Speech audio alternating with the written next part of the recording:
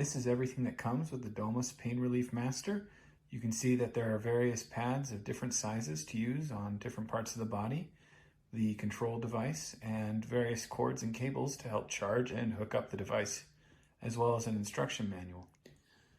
To turn on the device, slide the lever here at the top and the device will turn on. You'll need to have charged it previously, and you'll see that its default setting is set for 20 minutes. It's set for this part of the body first, and then you have channel A and B, A representing this port here that you've plugged into.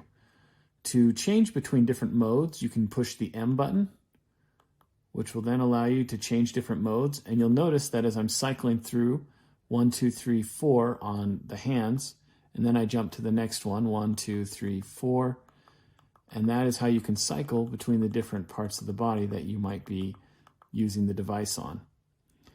The next thing you'll want to note is the plus and minus. That will increase the intensity of the electrical charge you want to use. So it's recommended you start at a lower charge and then work your way up to make sure you're comfortable with it. Finally, the T button will adjust your time between 10 and 60 minutes within 10-minute increments. You'll want to do the whole charge and never remove a pad while the sequence is in process, or else you might risk a mild shock. Now let's demonstrate how to attach this to your body. You have the wires that you've connected to whatever pad size you're using. In this case, we've opted for the smaller one since we'll be doing the wrist. They just simply clip on with what looks like a button clip, and then you'll need to apply always at least a pair of pads, otherwise it won't work. So make sure you're checking your diagram to see where each electrode pad is meant to be attached. This little plastic piece is a protector that helps keep the adhesive sticky. Make sure the surface you're applying it to is clean of any excessive dirt, or you haven't applied any oil or lotion to the site as well before attaching the electrode. You'll notice it's quite sticky after I put it on. And I'm going to be applying it to the back as well.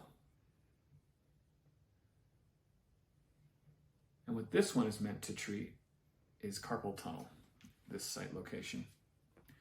So again, we're returning to our little device here. I made sure I'm in mode 1, or the first one with the hand, and then we are going to increase the intensity. So once you've set the intensity level that you want, make sure you're on the channel that you need, A or B, and then hold down the button in the middle to get it started for about 3 seconds. And as it's going, you'll feel a slight vibrating effect in your hand or wherever you've attached the electrode as the device is doing what it's meant to do. I'm on intensity level 3 right now, and I can feel as it goes on and off. It lasts for about 5 seconds or so there, and then it shuts off for a couple seconds, and then it starts up again, and I can just feel the tingle going up into my hand. And that is how you work the device. If you ever need to pause it, push and hold the center button for 3 seconds, and that will indicate a pause. That, if you can see it there on the plus pause sign, and the electricity will stop flowing.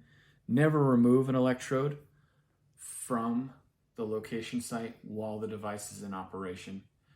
When you're done using it though, you simply grab the pad and gently peel up the edge,